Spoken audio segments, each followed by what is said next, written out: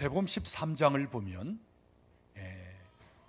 이런 구조로 되어 있습니다. 1절부터 9절 말씀은 씨 뿌리는 비유에 대해서 예수님께서 말씀하십니다.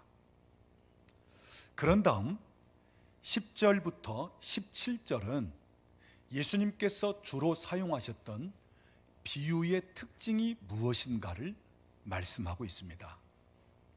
우리가 지난 시간에도 살펴본 바가 있지만 천국의 비밀은 누구에게나 다 허락한 것이 아니고 어떤 사람들에게는 천국의 비밀을 알 수 있도록 허락되었지만 또 어떤 사람들에게는 천국의 비밀을 아는 것에 대하여 허락하지 아니한 사람들이 있습니다.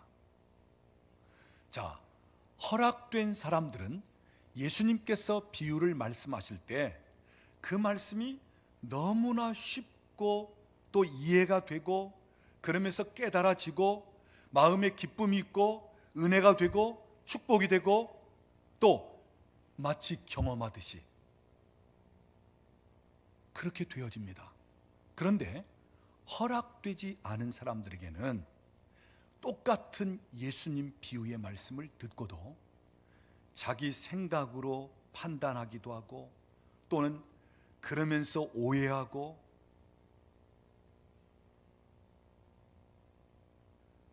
말씀이 주님 하신 말씀과는 전혀 다른 식으로 본인이 받아들이면서 마음이 불쾌해지고 또 차라리 안 들은 것보다 못하다 할 정도로 부정적인 반응을 보이는 식이 된다는 것입니다. 그래서 오늘날도 말씀을 듣는다고 해서 다 기뻐하고 은혜가 되고 또 복이 되고 깨달아지고 말씀대로 사는 것이 아닙니다. 그렇지 못하는 사람들, 그냥 잠잠히 있는 정도가 아니라 말씀이 시험거리가 되고 말씀을 거부하기도 하고 또는 말씀에 대해서 판단하고 또 부정적인 반응을 보이는 사람들도 있다는 것입니다. 자, 이런 사람들의 문제점이 뭐냐 하면 눈으로 보기는 보는데 보지를 못합니다.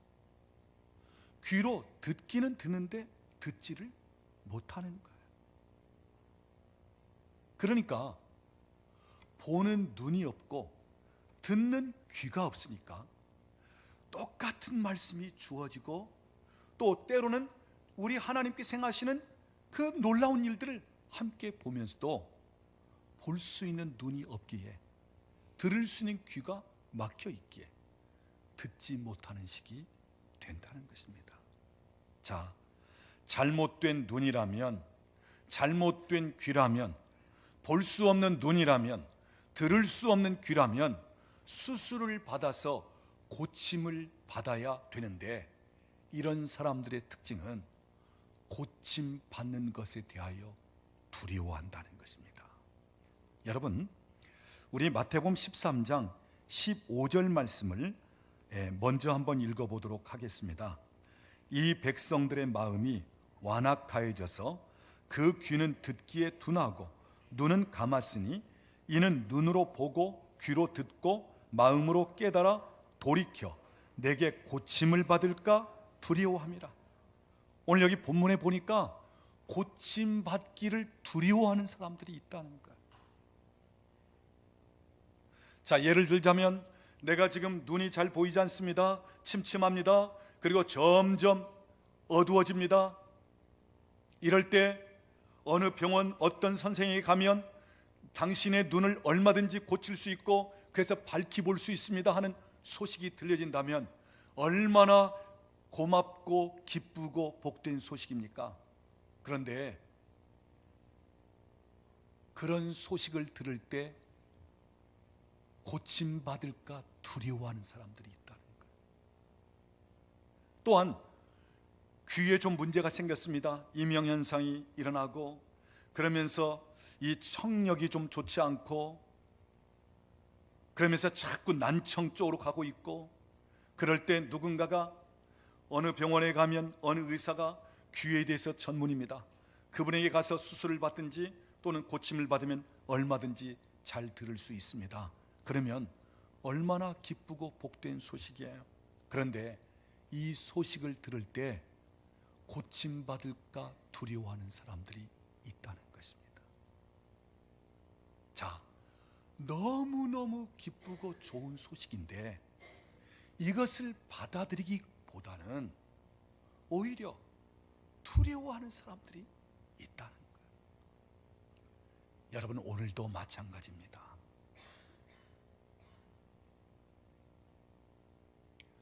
눈을 열어 보게 하고 귀를 열어 듣게 한다는데 두려워하는 사람들이 있다는 거예요. 영적 세계에 대해서 보고 들을 수 있는 것에 대하여 두려워하는 사람들이 있다는 거예요. 영원한 하나님 나라 천국에 관한 그 말씀을 들으면서 두려워하는 사람들이 있다는 거예요. 내 내면의 상처를 치유받으면서 온전케 되는 이러한 이야기에 대하여 두렵게 반응하는 사람들이 있다.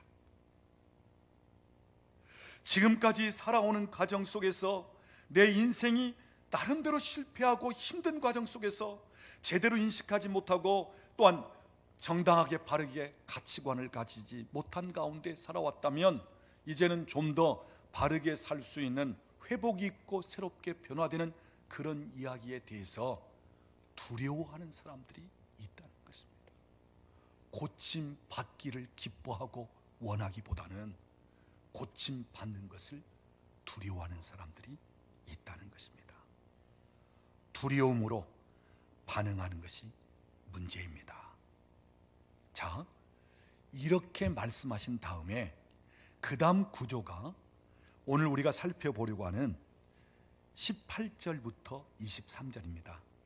자, 예수님께서 1절부터 9절에 말씀하신 씨 뿌리는 비유에 대해서 이제 직접 예수님이 해석해 주시는 말씀이 오늘 본문 말씀이에요. 자, 그렇다면 1절에서 9절까지 씨 뿌리는 비유에 대해서 말씀하셨다면 곧장 이어서 씨 뿌리는 비유를 들으라 그 말씀의 해석은 이러하니라면서 그냥 해석해 주시는 것이 순리적인 것이고 해석해 주는 것이 가장 자연스럽게 되어지는 흐름인데, 근데 오늘 우리가 살펴보는 이 마태복음 13장에는 9절까지는 비유, 그 다음 중간에 무엇인가 끼어 있는 말씀이 있고 그 다음 비유에 대한 해석. 그러니까 곧바로 9절이 끝나면서 오늘 본문 18절 말씀으로 들어올 수 있는데, 그런데 중간에 너희가 보기는 보아도 보지 못하고 듣기는 들어도 듣지 못하고 그 다음 보고 듣는 것에 대하여 마음에 깨닫는 것에 대하여 고침을 받을까 두려워하는 사람들이 있다. 너희 마음이 완악해져서 볼 수 없는 눈, 들을 수 없는 귀를 가지고 있느니라. 너희 눈은 봄으로 너희 귀는 들음으로 복이 있도다. 왜 주님께서 이 말씀을 하시면서 비유에 대한 해석을 하시느냐 하는 것입니다. 여러분, 여기에 어떤 의미가 있냐면 예수님께서 아무리 쉽게 설명한다 할지라도 여전히 보지 못하는 눈, 듣지 못하는 귀를 가지고 있다면 들을 수 없다는 얘기예요. 예수님이 직접 해석을 해주시는 말씀이 되어질지라도 너희의 눈이 열리지 않고 귀가 열리지 않으면 너희는 그 말을 들을 수가 없다 하는 말씀이고요. 또 하나는 두려움으로 반응한다면, 너희가 고침받기를 원하지 못하고 두려움으로 반응한다면 너에게 아무리 귀한 것을 주고 아무리 놀라운 말씀을 해석하여 설명한다 할지라도 너희에게는 유익함이 없느니라 하는 말씀입니다. 그래서 비유에 대한 해석을 듣기 이전에 해야 할 일은 볼 수 있는 눈을 가지고 들을 수 있는 귀를 준비해야 한다는 것을 말씀하고 있는 것입니다. 그래서 마태복음 13장 9절 말씀 보면 귀 있는 자는 들으라 말씀하고 계십니다. 오늘 본문 18절도 보면 그런즉 씨 뿌리는 비유를 들으라. 예수님은 계속해서 들으라, 들으라, 너희의 귀를 열어서 들으라. 듣기 위해서는 열려있는 귀를 가져야 한다는 것입니다. 아무리 좋은 말씀이 들려질지라도 귀를 닫아놓으면 들을 수 없다는 것입니다. 요한계시록 2장 3장을 보면 예수님께서 소아시아 7교회에 대하여 교회마다 직접 말씀을 하십니다. 에베소 교회, 서머나 교회, 두아디라, 버가모 계속해서 말씀하십니다. 그런 다음 교회에 주시는 말씀이 끝나면서 예수님은 각 교회마다 공통적으로 어떤 말씀으로 끝맺음을 하십니까? 귀 있는 자는 성령이 교회들에게 하신 말씀을 들을지어다. 이렇게 끝납니다. 내가 너희에게 지금까지 쭉 이야기해 왔는데 너희에게 이 말씀을 들을 수 있는 귀가 열려 있을지어다. 이렇게 말씀하셨다는 것입니다. 사랑하는 여러분, 오늘 저와 여러분에게 들을 수 있는 귀가 열리기를 원합니다. 예수님께서 오늘 저와 여러분에게 들을 수 있는 귀를 열어주시기를 원합니다. 진리에 대하여 들을 수 있기를 원합니다. 영적 세계에 대하여 들을 수 있기를 원합니다. 하나님의 나라 천국에 관하여 들을 수 있기를 원합니다. 치유에 대해서, 변화에 대해서 들을 수 있기를 원합니다. 오늘도 계속해서 말씀하시는 성령의 음성을 들을 수 있기를 원합니다. 오늘 저와 여러분의 눈이 열리고 귀가 열릴 수 있기를 원합니다. 오늘 본문을 보면 예수님께서 4가지 밭에 대해서 말씀하고 있습니다. 이것은 농부가 씨를 뿌리는 자연적인 밭을 이야기하는 정도가 아니라 이 밭을 통해서 우리 마음밭을 이야기하고 있습니다. 자, 4가지 마음밭을 이야기하고 있는 거예요. 자, 첫 번째로 어떤 밭을 이야기하고 있습니까? 길가와 같은 마음밭을 말씀하고 있습니다. 여러분, 길가의 밭은 본래는 길이 아니라 밭입니다. 그런데 사람들이 삥 돌아가야만 되는 길을 쉽게 지름길로 가기 위해서 농사를 짓지 않는 휴경기에 남의 밭을 그냥 길처럼 밟고 다니는 거예요. 자, 처음에는 누군가 좀 지름길로 가고자 남의 밭을 그냥 질러간 것입니다. 그랬더니 사람들이 계속해서 따라서 그 밭을 질러 가는 것입니다. 그러다 보니까 길이 돼버린 거예요. 자, 오랫동안 수많은 사람들이 왕래합니다. 그러다 보니까 밭은 밭인데 길처럼 되어버리는 거예요. 아주 딱딱해져 있고 단단해져 있는 것입니다. 굳어져 있는 것입니다.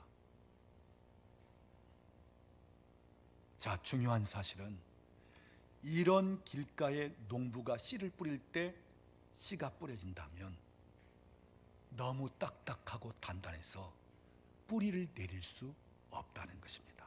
그래서 뿌리를 내리지 못하고 씨앗이 그대로 머물러 있는 동안에 어떻게 된다고요?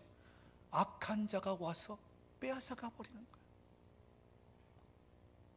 새가 와서 그만 먹어버리는 거예요.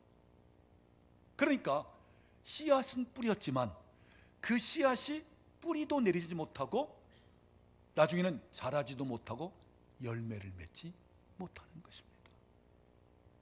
문제는 딱딱해져 있는 거예요. 굳어져 있는 거예요. 여러분, 그렇습니다. 오늘 우리의 마음밭이 굳어져 있다면, 딱딱해져 있다면 아무리 귀한 하나님의 말씀이 씨앗으로 우리에게 들어올지라도 그 말씀이 뿌리를 내릴 수가 없습니다. 문제는 내리지 못하고 그냥 가만히 있으면 다행인데 악한 자가 빼앗아가 버리는 것입니다.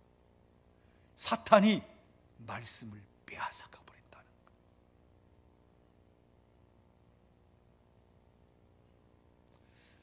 오늘 이 말씀을 듣고 오래전에 충격을 받은 한 사람이 있었습니다. 그는 어릴 적부터 부모님과 함께 신앙생활을 했습니다. 그래서 주일이면 매주일 예배당에 나가서 예배를 드렸습니다.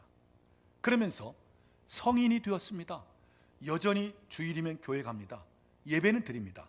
그런데 그 사람의 문제점은 예배는 드리고 주일이면 교회는 가는데 세상 사람들과 똑같이 그러면서 하나님에 대한 확신도 없고 하나님에 대해서 만난 적도 없고 그러면서 신앙생활은 하고 있는 것입니다. 자, 어느 때인가 이분에게 의문이 생겼습니다. 나는 어렸을 때부터 내 부모님과 함께 신앙생활하면서 이렇게 수십 년을 신앙생활해 왔는데 왜 나는 은혜를 받지 못하는가? 내 주변에 보면 어떤 분들은 말씀을 들으면서 울기도 하고 어떤 분들은 말씀을 통해서 막 기쁨으로 감사함으로 받기도 하고 어떤 사람들은 교회 나온 지 얼마 안 되었어도 그래도 기쁨이 있고 그 은혜를 받는 모습들이 보여지는데 나는 수십 년간 예배를 드리고 주일을 지켰음에도 불구하고 나는 왜 은혜를 받지 못하고 있는가? 내 마음은 이렇게 건건하고 왜 이렇게 답답한가? 또한 나는 왜 말씀에 대해서 흥미 갖고 진진하지 못하는가? 말씀이 왜 내 마음에 와 닿지를 않는가? 나는 오랜 신앙생활하고 수없이 설교를 듣고 말씀을 듣는데 왜 믿음이 자라지 않는가? 왜 나는 하나님에 대한 확신이 없는가? 전혀 변화되지 않고 그냥 주일이면 예배 시간에 나와 앉아있는 식이 되어지는가? 의문점을 가지고 고민을 하기 시작했습니다. 그러던 중 오늘 본문 말씀을 설교로 들으면서 아주 충격을 받았습니다. 그 이유가 사탄이 자기에게 주어지는 말씀을 빼앗아간다는 것입니다. 도적질해 간다는 거예요. 자기 마음이 완악하여 굳어져 있고 딱딱해져서 말씀을 받아들일 수 있는 상태가 아니 된 이 사실을 깨닫고는 충격을 받은 거예요. 아하, 내가 지금까지 수십 년 신앙생활 왔지만 내가 말씀을 듣고자 할 때마다 말씀을 듣기 전에 그냥 사탄이 빼앗아갔구나. 내 마음에 너무 굳어져 있고 단단해졌어서 말씀이 내 안에 들어오지를 못했구나. 그러면서 이분의 말씀을 듣는 태도가 바뀌어졌습니다. 이젠 진지한 자세로 설교를 듣습니다. 그러면서 하나님, 이 완악하고 굳어지고 딱딱한 마음을 부드럽게 해주세요. 말씀을 받아들일 수 있는 마음을 열어주세요 하면서 기도하면서 말씀을 듣는 것입니다. 그러면서 은혜를 받습니다. 기쁨이 있습니다. 변화가 됩니다. 하나님에 대한 확신을 갖습니다. 이 사람이 누구냐 하면 수세기 동안 많은 그리스도인들에게 참 놀라운 영향력을 끼치고 은혜를 끼쳤던 철로 역정이라는 책을 쓴 존 버년이라는 사람이었어요. 사랑하는 여러분, 말씀을 사탄에게 빼앗기지 않기를 원합니다. 하나님이 오늘도 내게 주시는 은혜를 빼앗기지 않기를 원합니다. 얼마든지 내가 마음을 열고 받아들이면 받아들일 수 있는데, 그런데 내 마음이 너무 딱딱해졌어. 굳어 있어서 말씀이 들어오질 못하고 들어오기 전에 그만 빼앗기고 이러다 보니까 오랜 신앙생활을 했지만 믿음이 자라지 않는 그런 말씀. 여러분, 문제는 계속 밟히도록 허용하고 방치해 두었다는 거예요. 물론 다른 사람이 밟기도 하고 다른 사람이 침범에 들어오기도 그랬지만 내 입장에서 보면 허용했다는 거예요. 그냥 방치해 두었다는 거예요. 아니, 내 밭으로 다른 사람들이 지나가고자 하면 여기는 밭입니다, 길이 아닙니다, 여기 지나갈 수 없습니다. 그러면서 거기에 바리케이트를 쳐든지 아니면 담을 쌓든지 아니면 이 가시나무로 이렇게 울타리를 쳐놓든지 해서 그 밭을 밟지 못하게 했다면 됐을 텐데 그냥 내버려 둔 거예요. 사람들이 계속 밟고 지나가도록. 사랑하는 여러분, 오늘 이 시대는 우리의 생각과 마음을 밟는 것들이 수없이 들어오고 있습니다.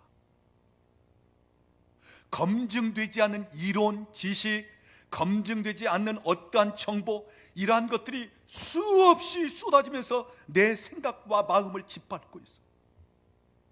세속적인 가치관, 잘못된 생각들이 수없이 내 뇌리를 스치면서 밟고 지나가고 있고 내 마음을 밟고 지나가고 있어요. 잘못된 생각들이 수없이 밟고요. 잘못된 가치관, 어렸을 적부터 지금까지 그 오랜 세월 동안 진리 아닌 것들, 올바르지 못한 것들, 이러한 것들이 우리를 수없이 짓밟았단 말이에요. 세월이 오래면 오래일수록 그만큼 오래 밟힌 거예요. 그러니까 그만큼 더 굳어져 있고 딱딱해질 수밖에 없는 상태예요. 여러분 한번 보십시오. 이 성경 말씀의 진리, 가치관과 다른 세속적인 것들이 얼마나 그동안 우리의 생각과 마음을 짓밟고 노략질하기도 하고 얼마나 수없이, 그리고 이 사탄이, 귀신이 우리에게 얼마나 잘못된 생각과 얼마나 하나님과 성경과 반대되는 이론이든 이런 것들을 얼마나 많이 우리에게 집어넣어 주면서 우리를 밟고 다니는 식이 되었냐는 말씀이에요. 그래서 여러분, 우리가 말씀을 받아들이면서도 이게 잘 받아들이지 않는 거예요. 왜? 너무 딱딱하고 굳어있기 때문이니까. 말씀을 들으면 오히려 내 생각과 기존의 내 가치관을 가지고 판단하고 그러면서 내가 원하는 식으로 나아가는 거예요. 그래서 신앙생활은 오래 했지만 너무나 오랫동안 잘못된 것들에 의해서 밟혀있기 때문에 쉽게 말씀이 들어오지 못하고 그 순간에 말씀은 또 도적맞고 그러면서 믿음이 자라지 못하고 그러면서 계속되는 신앙생활을 반복하는 식이 된다고 하는 사실이에요. 여러분, 여기에 대한 해결책은 밭을 기경하는 것입니다. 굳어있는 땅, 딱딱한 땅은 쟁기로 갈아엎어 버리는 거예요. 이것밖에는 해결책이 없습니다. 확 뒤집어 버리는 것입니다. 갈아엎어 버리는 것입니다. 그런데 우리는 뒤집혀지고 갈아엎어지는 것에 대해 두려워하는 거예요. 기존에 그것을 붙잡고 있는 게 더 편하고 익숙해져 있는 거예요. 그래서 굳어있고 딱딱한 내 마음을 확 뒤집어 갈아엎어버리면 그것이 부서지면서 그러면서 얼마든지 씨앗이 떨어지면 싹이 날 수 있고 열매가 맺히는데, 오늘 우리는 내 마음과 내 어떤 기존 체계가 뒤집혀지고 갈아엎어지는 것을 싫어한단 말이에요. 두려워한단 말씀이에요. 그래서 그냥 그 모습 그대로, 오늘 이 모습 그대로 계속 그렇게 나아가는 것입니다. 사랑하는 여러분, 오늘 저와 여러분이 때로는 아픔이 있고 때로는 뭔가 변화가 있다 할지라도 딱딱한 거, 굳어있는 땅, 도무지 뿌리를 내릴 수 없고 열매는 생각도 할 수 없는 그러한 땅이라면, 그러한 우리 마음이라면 갈아엎는 혁명이 일어나기를 원합니다. 뒤집어 엎을 수 있는 그러한 믿음의 결단이 있기를 원합니다. 그 다음 두 번째, 어떤 밭을 이야기하고 있습니까? 어떤 마음이죠? 돌밭과 같은 마음입니다. 자, 돌밭은 밭은 밭인데 돌이 많습니다. 그러니까 씨앗을 뿌리면 씨앗이 이제 뿌리를 내립니다. 그런데 밑에 돌이 받치고 있기 때문에 깊이 뿌리를 내릴 수가 없습니다. 그래서 더 이상 뿌리를 내리지도 못하고 더 이상 자라지도 못하고 열매를 맺지 못하고 끝나는 것입니다. 무슨 말씀입니까? 우리의 마음이 돌밭과 같다면 말씀을 듣고 즉시 기쁨으로 받기는 받습니다. 그러나 더 이상 말씀의 깊이를 내릴 수가 없습니다. 더 이상 믿음이 자라갈 수가 없습니다. 그리고 조금만 힘들고 어려운 일이 있으면 중단해 버립니다. 무척 부담감으로 받습니다.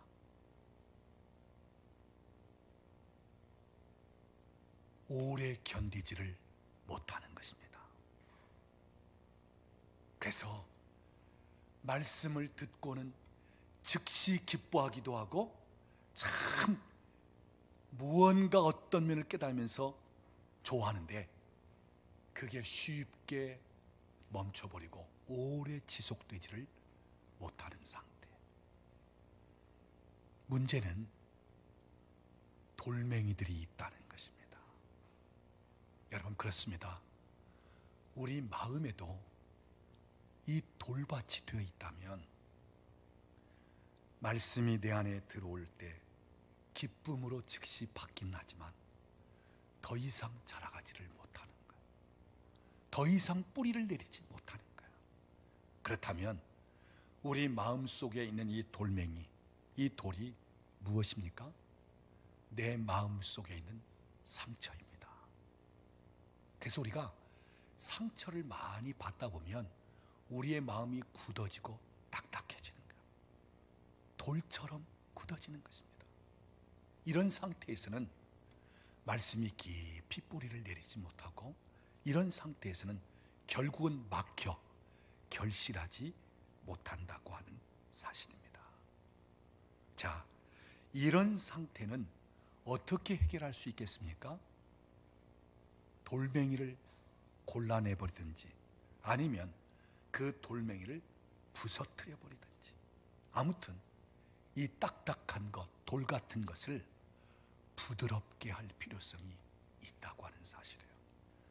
여러분, 이것이 바로 내적 치유인 것입니다. 우리 마음의 치유예요. 사실 알고 보면 저와 여러분 모두가 다 상처를 받으면서 살아왔어요.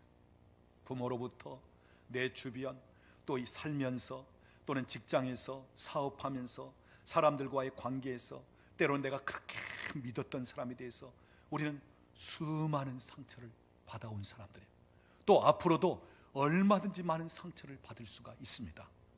문제는 이런 상처를 그냥 그대로 두면 마치 내 마음속에 돌멩이들이 우글거리듯이, 그래서 말씀에 대해서도 깊이 들어오지 못하고 인간관계도 깊이 할 수가 없고 또 무엇을 하면서도 오래 견디지를 못하고 이런 식이 될 수 있다는 거예요. 그래서 여러분, 오늘 저와 여러분에게는 누구에게나 마음 상처 치유가 필요하다고 하는 사실입니다. 이사야 61장 1절 말씀 보면 주 여호와의 신이 내게 임하시고 내게 기름을 부으사 상한 마음을 고치시고 그랬습니다. 오늘 저와 여러분의 마음이 회복되기를 원합니다. 치유되기를 원합니다. 더 새로워지기를 원합니다. 성령님이 우리를 만드시면서 내 굳어있는 딱딱한 돌처럼 굳어져 있는 마음을 다 만드시면서 부드럽게 변화시켜 주시는 은혜가 있기를 원합니다. 세 번째 말씀하고 있는 밭은, 마음은 가시떨기 밭과 같은 마음입니다. 자, 밭의 토양은 괜찮습니다. 씨앗이 떨어지면서 뿌리가 내립니다. 그리고 자랍니다. 문제는 가시떨기가 곁에 같이 자라고 있다는 거예요. 그런데 이 가시떨기가 얼마나 뿌리가 더 강하고 얼마나 빨아들이는 힘이 세냐면 이 씨앗이 빨아당기기 전에 먼저 다 빨아당깁니다.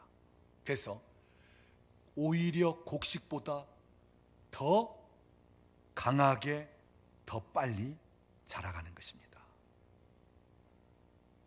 그리고 가시덤불이 위를 덮습니다. 그러면 그늘이 지고 햇볕을 보지 못하기 때문에 그만 시들시들해지는 거야. 너무 연약한 모습으로 자라가는 것입니다. 여기에서는 결실, 열매를 기대할 수가 없는 것입니다. 여러분, 오늘 우리 마음도 마찬가지예요. 내 마음에 가시떨기 같은 것이 있다면 내가 하나님의 말씀을 받고 때로는 은혜를 받는다 할지라도 이 가시떨기 같은 것이 더 강하게 자라기 때문에 이 말씀에 힘이 없어지는 거예요. 은혜를 받은 힘이 없어지는 거예요. 그리고 그것이 나를 덮어버렸기 때문에 더 이상 자라지 못하도록 막아버리는 것입니다. 자, 그렇다면 오늘 우리 마음속에 있는 이 가시덤불 같은 것, 이것을 무엇으로 표현하고 있습니까? 오늘 본문 22절 말씀을 보십시오. 말씀을 듣긴 듣지만 무엇이 말씀을 막는다고요? 세상 염려와 재물의 유혹. 문제는 이것들이 더 강하게 더 빨리 자라나는 것이라는 말씀이에요. 그래서 말씀을 듣긴 들어도 힘이 없단 말이에요. 듣긴 들어도 이 말씀이 영향력을 끼칠 수 없다는 것입니다. 자, 여기 두 가지, 세상 염려, 재물의 유혹. 자, 세상 염려는 쉽게 표현하자면 먹고 살 걱정입니다. 무엇을 먹을까? 무엇을 입을까? 어떻게 살까? 내 노후, 내 장래, 여기에 대한 걱정, 근심. 이러한 근심, 걱정, 염려가 내 마음속에 들어오면 말씀이 내 안에 들어와도 말씀이 힘을 쓸 수가 없다는 말씀. 온통 세상 근심, 걱정, 염려, 온통 먹고 마시고 세상 사는 그 걱정, 근심, 염려 때문에 전혀 말씀이 내 안에서 영향력을 끼치지 못한다. 그 다음 재물의 유혹. 쉽게 표현하자면 부욕해 되어지는 속임수. 돈을 많이 벌어서 잔뜩 쌓아놔야만 안전하게 될 수 있다는 이러한 욕심. 여러분, 우리 사람은 나름대로 다 불안을 가지고 있습니다. 현세에 대한 불안도 있어요. 내가 차를 운전하든지 어디를 가든지 누구를 만나든지 무슨 일을 하든지 우리에게는 나름대로 다 불안하고 두려움이 있습니다. 또한 장래에 대한 불안, 내 장래가 어떻게 펼쳐질 것인가, 과연 이 일이 잘 될 것인가, 계속해서 이렇게 될 것인가, 또 무슨 일이 일어나지 않을까, 또는 질병이, 또는 실패, 또는 나에게서 어떤 나를 참 어렵게 하는 사람들이 생기지 않을까, 여러 가지 불안, 두려움. 그런데 이 불안에 대해서 욕심을 통해서 그 불안을 해소하려고 한다는 말씀이에요. 내가 지금 많은 것을 가지고 있으면, 돈을 많이 벌면 장래에 대해서 불안하지 않아도 된다. 너 돈 많이 벌고 있으면 너 안전할 거야. 너 잔뜩 쌓아놓고 있으면 더 이상 문제될 것이 없어. 너의 삶에 있어서 전혀 불안감 느끼지 않는다고 이렇게 하면서 욕심으로 인하여 불안한 것을 해소시키려고 하는 이러한 거짓된 속임수. 그런데 여러분, 우리가 많은 것을 가진다고 해서 걱정, 의심이 없고 불안이 없는 것 아니에요. 오히려 없을 때보다 많이 가지면 가질수록 더 근심, 걱정, 더 불안감 더 많아지는 거야. 그런데 오늘날 사탄은 네가 잔뜩 욕심을 부려서 많은 것을 쌓아놓으면 너는 장래에 대한 불안감을 해소할 수 있어, 너 걱정, 의심, 염려 없이 살아갈 수 있어 하면서 욕심을 부추기면서 많은 것을 쌓아놓도록 하는 거야. 그래서 알고 보면 걱정, 근심, 염려, 욕심이 우리 안에 많을수록 말씀이 말씀되지 못하고 우리가 믿음이 자라갈 수가 없다고 하는 사실이에요. 여기에 대한 해결책 단 한 가지, 하나님을 신뢰하는 것입니다. 나의 모든 필요를 채우시는 하나님을 신뢰하는 것, 나의 갈 길을 인도하시는 하나님을 신뢰하는 것, 죽을 때까지 나와 함께 하시는 하나님 신뢰하는 것, 끝까지 책임지시고 사랑하시는 하나님 신뢰하는 것, 내 삶에 부족함이 없게 하시는 하나님에 대한 신뢰하는 것. 이 신뢰가 될 때 걱정, 근심, 염려를 내려놓을 수 있고 욕심도 내려놓을 수 있는 거예요. 그런데 우리의 문제는 하나님을 신뢰한다고 하면서도 하나님에 대한 신뢰가 잘 안 된단 말이에요. 당장 눈앞에 벌어지는 상황, 당장 내 재정에 관계되는 것, 당장 지금 앞에 무슨 일을 놓고 있는 이런 가운데서 우리는 상황 따라 가면서 내 마음과 생각이 요동치면 그대로 우리가 흘러가지, 그 순간도 나와 함께 하신 하나님이십니다. 내 필요를 채우시는 하나님이십니다. 나를 인도하시는 하나님이시고 나를 안전하게 거하시는 하나님이시고 나를 보호하시는 하나님이십니다. 죽을 때까지 나를 책임지시는 하나님이십니다. 이 신뢰, 이 믿음이 안 된단 말이에요. 그래서 우리가 믿는다 하면서도 하나님에 대해서 얼마나 믿음이 없는지 몰라요. 그냥 바둥바둥거리고 불안, 걱정, 근심, 그러면서 막 욕심을 가지고 뭔가를 해야만 속이 편할까. 사랑하는 여러분, 오늘 저와 여러분이 믿는 하나님 얼마든지 믿을 만한 하나님이십니다. 요한복음 14장 1절, 너희는 마음에 근심하지 말라. 하나님을 믿으니 또 나를 믿으라. 사랑하는 여러분, 오늘 저와 여러분이 하나님을 신뢰할 수 있기를 원합니다. 어떤 상황에서도 끝까지 나를 책임지시고 인도하시는 하나님을 신뢰할 수 있기를 원합니다. 내 모든 삶의 필요를 채우시는 하나님으로 신뢰할 수 있기를 바랍니다. 그 다음 네 번째 마음은 옥토와 같은 좋은 땅을 가진 마음입니다. 23절 말씀 우리 같이 봉독하겠습니다. 좋은 땅에 뿌려졌다는 것은 말씀을 듣고 깨닫는 자니 결실하여 어떤 것은 100배, 어떤 것은 60배, 어떤 것은 30배가 되느니라 하시더라. 자, 여기 좋은 땅, 말씀의 씨앗이 뿌려지면 얼마든지 그 말씀을 흡수하면서, 그래서 그 말씀이 자라고 뿌리를 내리고 그러면서 믿음이 자라고 열매를 맺을 수 있는 그러한 마음. 자, 여기 좋은 땅과 같은 우리의 마음의 특징이 무엇인가? 자, 23절 말씀 다시 보십시오. 좋은 땅에 뿌려졌다는 것은 말씀을 듣고 어떻게 한다고요? 깨닫는 자니. 여러분, 좋은 땅과 같은 마음의 특징은 깨닫는다는 거예요. 자, 그런데 앞에 이야기한 세 종류의 땅은 깨달음이 없습니다. 길가, 돌밭 또는 가시덤불, 여기에는 깨달음이 없어요. 그런데 이 좋은 땅을 가진 마음은 깨닫는다는 것입니다.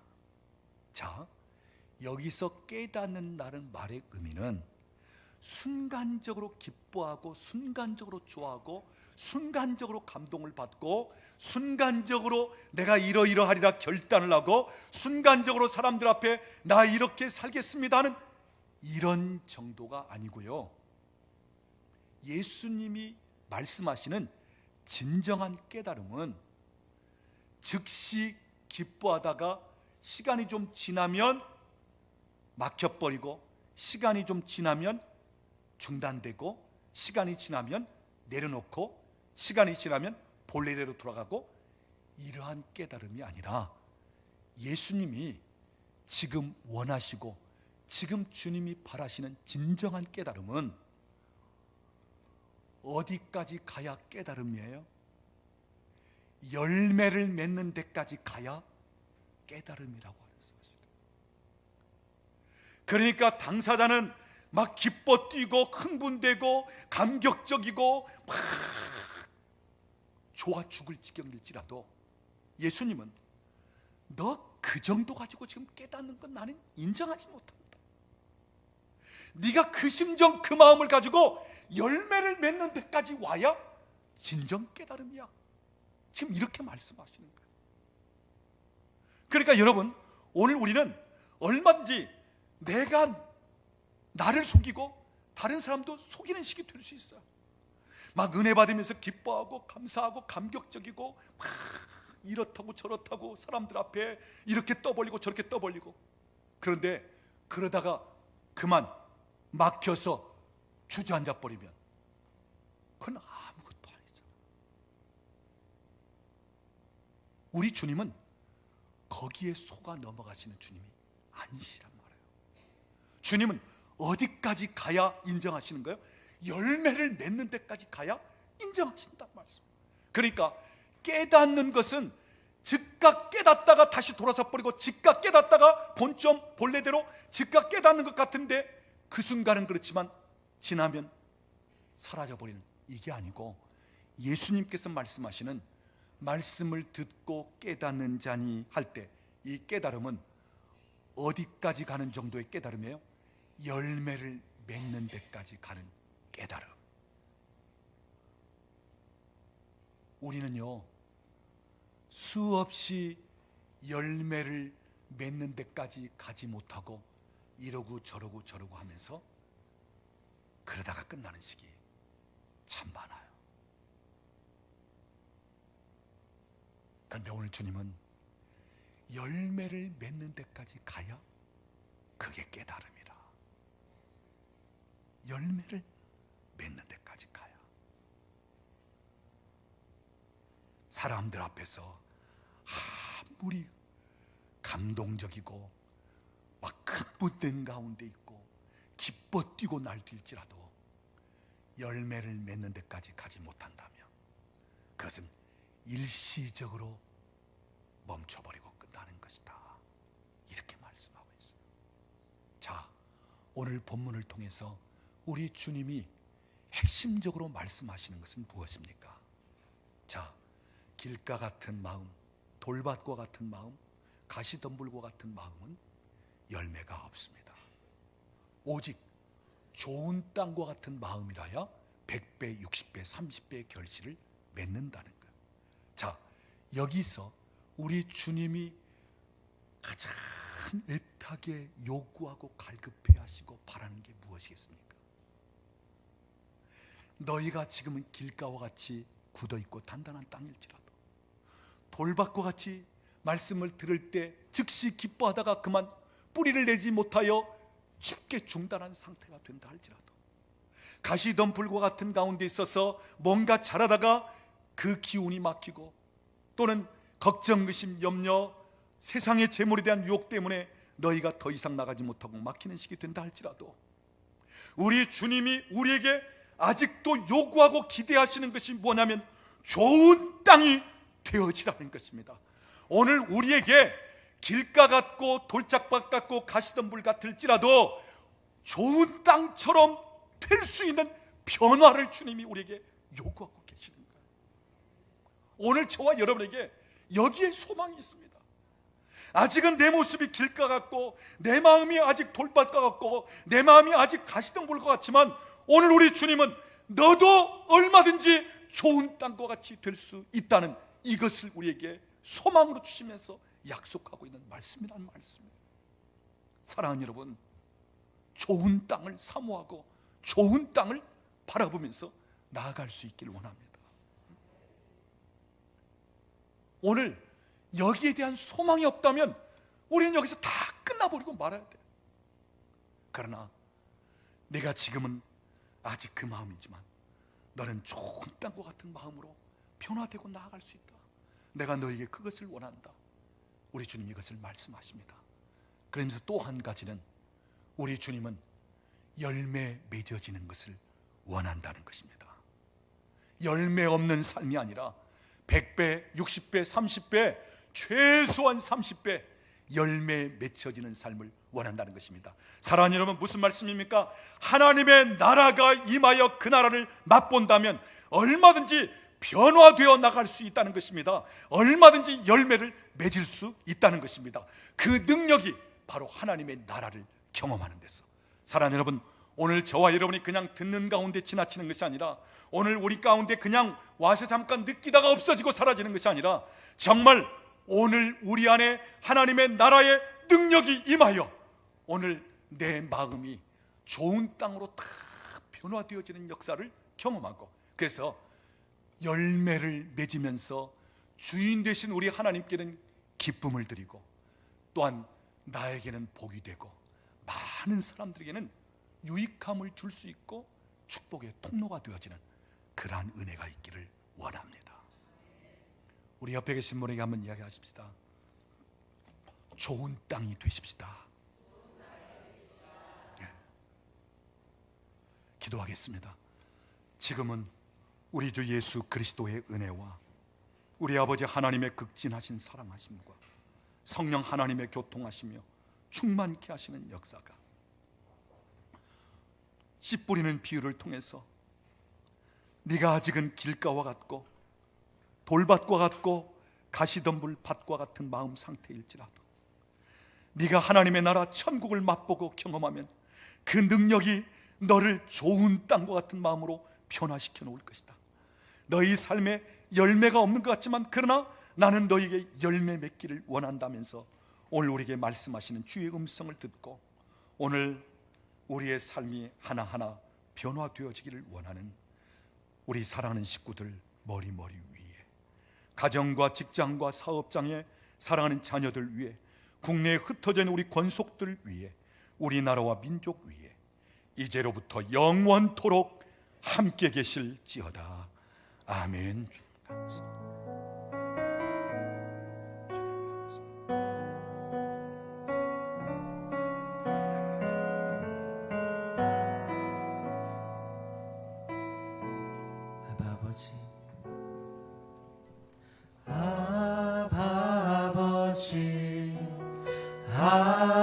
아버지, 나를 안으시고 바라보시는 아버지, 아버지, 아버지, 나를 도우시고 힘주시는 아버지, 아버지,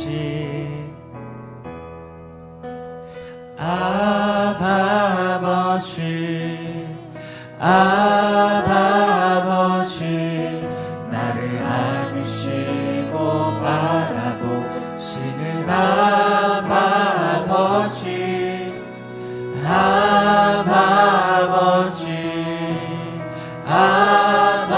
아버지, 나를 도우시고 힘주시는 아버지, 주는 내 마음을 고치시고 볼 수 없는 상처 만지시네. 나를 아시고 나를 이해하시네. 내 영혼 새롭게 세우시네. 아버지, 아버지,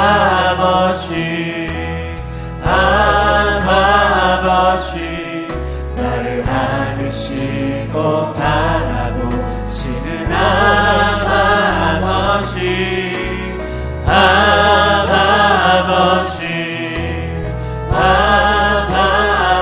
아버지, 나를 도우시고 힘주시는 아버지,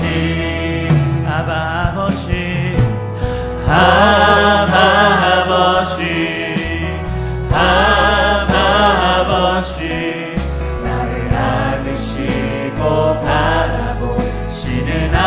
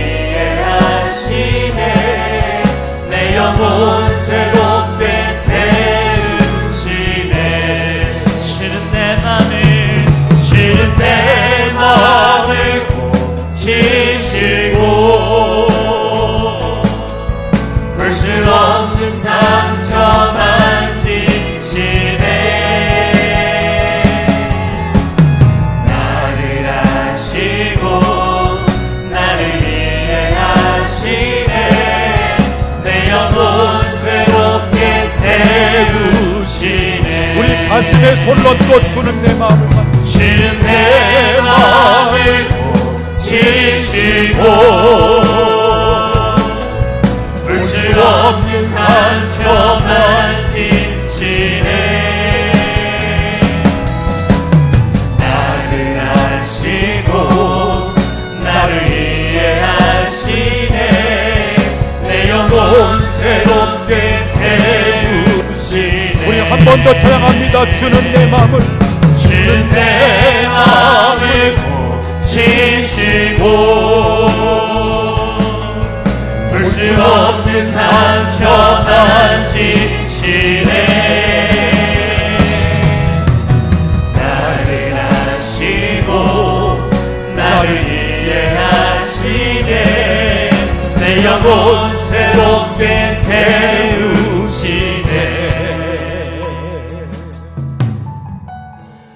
이 시간 우리 기도하는데 우리 주님께서 밭을 말씀하시는 것이 아니라 마음을 말씀하시는데 오늘 내 마음의 밭은 어떠한가? 제가 이 말씀을 준비하면서 저 자신을 돌아볼 때도 내가 어릴 적부터 얼마나 잘못된 어떤 관념, 잘못된 어떤 태도, 잘못된 양육 이런 것을 통해서 수없이 내 생각과 마음이 밟혔구나. 사람들이 그 밭을 지나다니면서 밟아서 길가처럼 만들어 놓은 것처럼 어렸을 때는 무방비 상태에서 내가 짓밟히는 상태가 되었고 나중에는 내가 그냥 허용하고 방치된 가운데서 내가 마음과 생각이 짓밟혀서 하나님의 말씀이 내 안에 들어와도 진리가 들어와도 전혀 뿌리를 내릴 수 없는 그러한 상태가 되어버린 거예요. 너무 오랫동안 많이 밟혀서 너무 딱딱해져 있고 굳어있는 것을 바라보는데 오늘 우리의 이 마음밭이 그렇지 않은가. 세속적인 가치, 하나님과 반대되는 어떤 미신 숭배, 우상 숭배하는 그러한 불신 세력들, 귀신들이 가져다주는 잘못된 생각과 마음들, 이런 것들이 오늘 우리를 얼마나 헤쳐놓았고 얼마나 우리를 밟아놓았는가. 우리 다 상처가 있는 사람들입니다. 주님, 내 마음에 돌들이 있습니다. 주님 만지시옵소서. 주님 치유하시옵소서. 이 시간 우리 주님 앞에 내 마음을 한번 열어놓고 주님 나를 만지시옵소서. 주님 상처 입은 내 심령을 치유하시옵소서. 주님 내 마음을 만지시옵소서. 기경할 부분이 있다면 기경을, 주님 골라낼 것이 있다면 골라내고 또는 깨트려 부술 것이 있다면 깨트려 부수시면서 주님 내 마음을 만지시옵소서. 우리의 마음을 주 앞에 오픈시키면서 이 시간 성령님이 내 안에 들어오시고 친히 역사하시도록 우리 기도하는 시간을 갖도록 하겠습니다. 기도하겠습니다. 주님 감사합니다. 주님 이 시간 내 마음 만지시옵소서. 내 안에 들어오셔서 내 마음 만지시옵소서. 수없이 밟히면서 살아왔다. 수없이 스스로 마음을 밟히면서 굳어져 있고 딱딱합니다. 돌짝과 같은 것들이 있어서 더 이상 오 주님, 너무나 하나님 근심 걱정 연결 욕심 이러한 것들이 나를 가로막고 말씀이 말씀되지 못하고 믿음으로 살지 못하도록 하나님 결단하며 변화되지 못하고 이 시간 주님 만지시옵소서. 성령님 이 시간 내 안에 들어오셔서 나를 치유하시고 주는 내 마음을 고치시고 주여 이 시간 만지시옵소서. 볼 수 주님 없는 만지시옵소서. 상처 오랫동안 아버지 하나님, 만지시네. 오랫동안 지켜왔나이다. 오랫동안 하나님 주여 이 시간 새롭게 하여 주시옵소서. 기경하며 하나님 바라오고 하나님 주님이여 내 완전히 영혼 웃어주셔서 새롭게 나에게 부드러운 마음을 주시옵소서. 좋은 땅 부드러운 옥토 같은 마음을 하나님 같이 회복시켜 주시옵소서. 말씀을 듣고 깨닫면서 열매 맺는 볼 수 생명을 없는 상처 만지시네. 지속될 수 있도록 계속해서 나아갈 수 있도록 나를 이해하시네. 내 영혼 새롭게 주님 도우시고 인도하여 주시옵소서. 세우시네. 주님 감사합니다. 주님 도우시옵소서. 주님 감사합니다. 주님 도우시옵소서. 아버지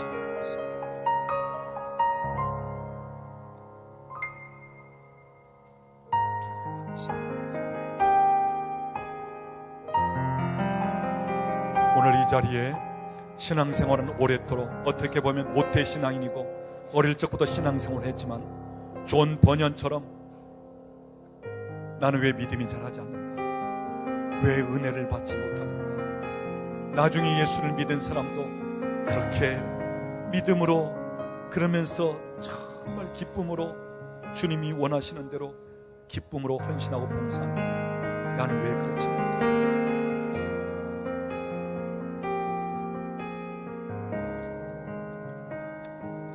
사탄에게 빼앗기지 않기를 원하고, 완악하고 굳어있고 딱딱한 마음들을 주님이 만져주시도록 우리 찬양 중에 기도하면서 더 나가기를 원합니다. 주님 감사합니다. 주님 우리를 바꾸시옵소서. 온 땅의 주인 되신 주님이 내 이름 아시며 상한 맘 돌보네. 어둠을 밝히시는 새벽별, 방황하는 내 맘 주의 길 비추시네. 나로 인함이 아닌 주가 행하신 일로, 나의 행함이 아닌 오직 주를 인하여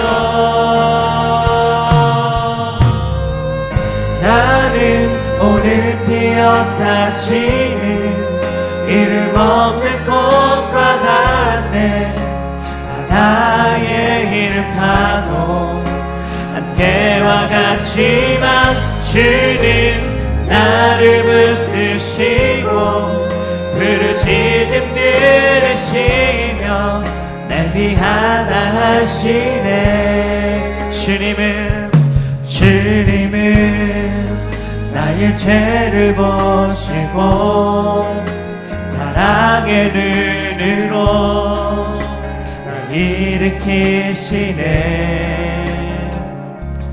바다를 잠잠하게 하시는 내 영혼의 폭풍 고요케 하시네. 나로 인함이 아닌 주가 행하신 일로, 나의 행함이 아닌 오직 주를 인하여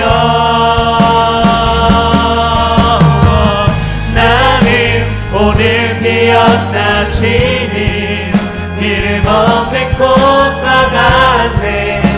바다의 이름 파도 안개와 같지만 주는 나를 붙드시고 부르짖음 들으시며 날 위하다 하시네.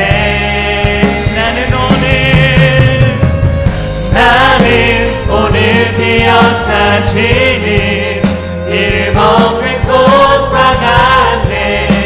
바다의 이름 파도 안개와 같지만 주는 나를 붙드시고 부르짖음 들으시며 날 위하다 하시네.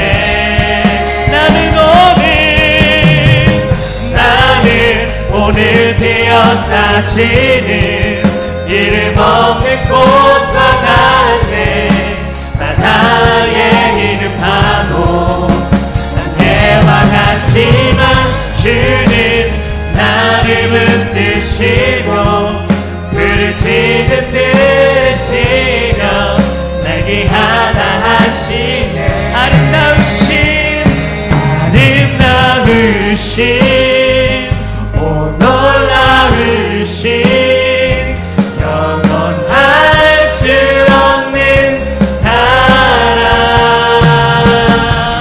오 위대하신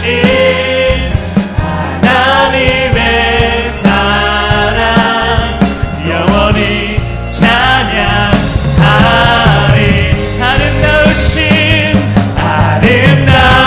아름다우신 오